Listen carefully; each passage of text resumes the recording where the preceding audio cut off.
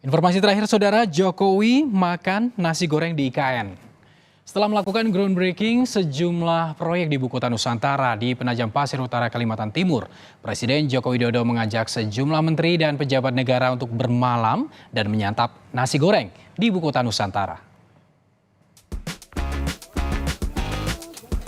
Nasi goreng jadi menu santapan Presiden Joko Widodo ketika bermalam di Ibu Kota Nusantara Rabu malam.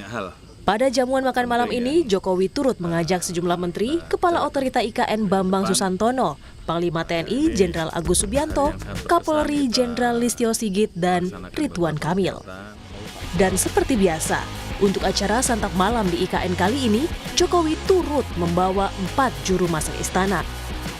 Acara makan malam ini dilakukan setelah Presiden Joko Widodo melakukan groundbreaking atau peletakan batu pertama pembangunan Superblok Ibu Kota Nusantara dengan nilai investasi mencapai 3 triliun rupiah.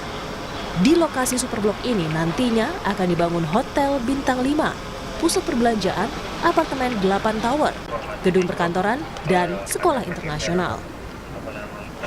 Ada hotel, ada mall, ada sport center, ada rumah sakit, tapi memang progres setiap bulan harus dicek dilihat.